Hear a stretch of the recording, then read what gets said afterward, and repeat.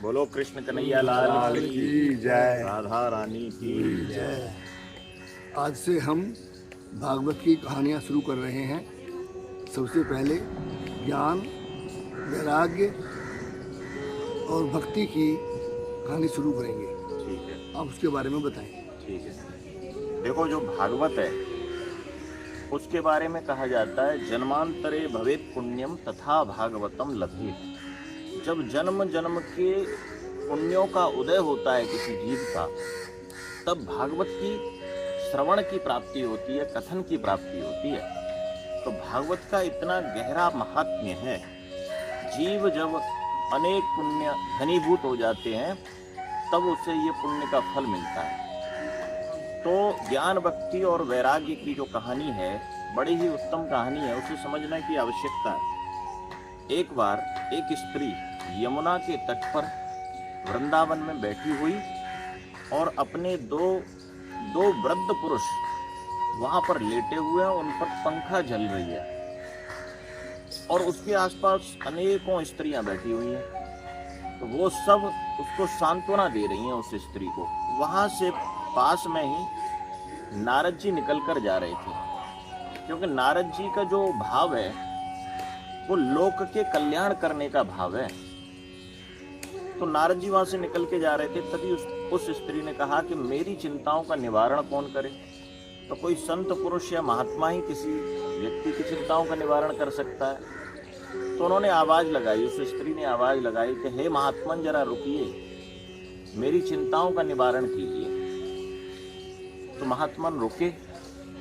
तो उन्होंने पूछा कि आप कौन हैं देवी, और ये दोनों जो लेटे हुए हैं यमुना तट पर, ये कौन है, और आपके आसपास ये जो स्त्रियां बैठी हुई हैं आपको सांत्वना दे रही हैं, ये कौन है। तब उन्होंने, ये जो स्त्री थी उसने कहा कि देखो, मेरा नाम भक्ति है और मैं द्रविड़ देश में पैदा हुई, कर्नाटक में पली बड़ी, महाराष्ट्र में मुझे यौवन प्राप्त हुआ, लेकिन जैसे ही गुजरात सौराष्ट्र क्षेत्र में आई, वहां पर पुनः मैं जीर्ण शीर्ण हो गई, वृद्ध हो गई। और इसी प्रकार से जब मैं वृंदावन में यमुना जी के तट पर पहुंची, यहाँ की जो रज थी, ब्रज रज, उसके प्रभाव से, संतों के सानिध्य के प्रभाव से मैं पुनः युवा हो गई। और ये जो दो लेटे हुए हैं, ये मेरे पुत्र ज्ञान और वैराग्य हैं।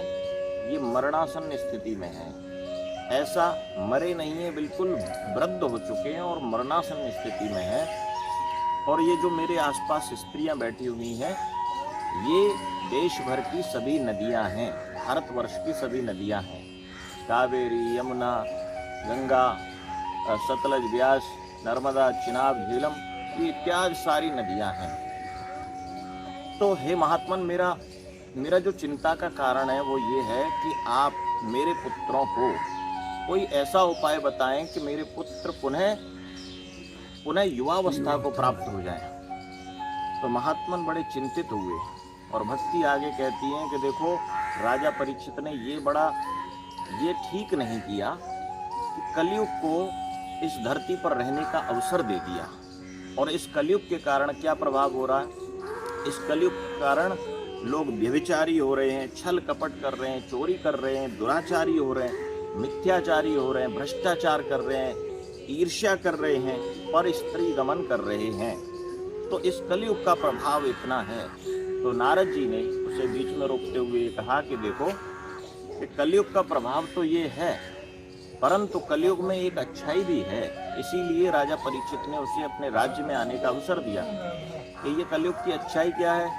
तो कलयुग की अच्छाई है कि जो फल त्रेता में, द्वापर में, सतयुग में ज्ञान, यज्ञ, तप इत्यादि से भी नहीं प्राप्त होता था, कलयुग में वह भगवान नाम संकीर्तन से प्राप्त हो जाता है। इसलिए बड़ा ही भगवान को प्राप्त करना बड़ा सहज है कलयुग में, इसलिए कलयुग को आने की अनुमति दी। भक्ति कहती है कि देखो हे ऋषिवर, आपने जिस प्रकार से प्रहलाद पर कृपा की, आपने जिस प्रकार से ध्रुव पर कृपा की, वही कृपा मेरे इन पुत्रों पर करो। तो नारद जी भक्ति के इस वेदना से स्वयं दुखी होने लगते हैं और उसका उपाय ढूंढने के लिए चल देते हैं कि किस प्रकार से ज्ञान और वैराग्य युवावस्था में आएंगे। चलते हैं, अनेकों ऋषि मुनि मार्ग में मिलते हैं, तो उनसे कहते हैं कि किस प्रकार से धरती के दोनों पुत्र ज्ञान और वैराग्य युवावस्था में पुनः आएंगे। कोई ऋषि बहुत अच्छे से उपाय नहीं बता पाते, लेकिन जब वो आगे बढ़ते हैं तो एक आकाशवाणी होती है और आकाशवाणी कहती है कि देखो सत्कर्म करो, तुम्हारी चिंताओं को हम समझ रहे हैं, सत्कर्म करो। नारद जी उस सत्कर्म को समझ नहीं पाते, ये सत्कर्म क्या है। तो सत्कर्म को डिकोड करने के लिए, उसको समझने के लिए वो और आगे बढ़ते हैं। तो वहां पर बद्रिकाश्रम में सनक, सनातन, सनंदन और सनत कुमार जो ब्रह्मा जी के मानस पुत्र हैं, वो वहां पर खड़े मिलते हैं। तो उनसे आग्रह करते हैं कि हे ऋषिवर, आप तो ब्रह्म ज्ञानी हैं, तो हमें सत्कर्म का अर्थ समझाओ। भक्ति के दोनों पुत्रों को मुझे युवावस्था में पुनर्प्रतिष्ठापित करना है, तो इसलिए आप सत्कर्म का अर्थ बताइए। ऋषि कहते हैं कि देखो सत्कर्म का अर्थ है श्रीमद् भागवत का पारायण करो, श्रीमद् भागवत की कथा सुनो, और जन्मांतरे भवेत् पुण्यम तथा भागवतम लभेत्। जन्म, जीव के जन्म जन्म के पुण्य जब घनीभूत होते हैं तब उसे भागवत की कथा का फल प्राप्त होता है। तो नारद जी ने कहा कि ऋषिवर, ये जो भागवत है यह तो वेदों का सार ही है।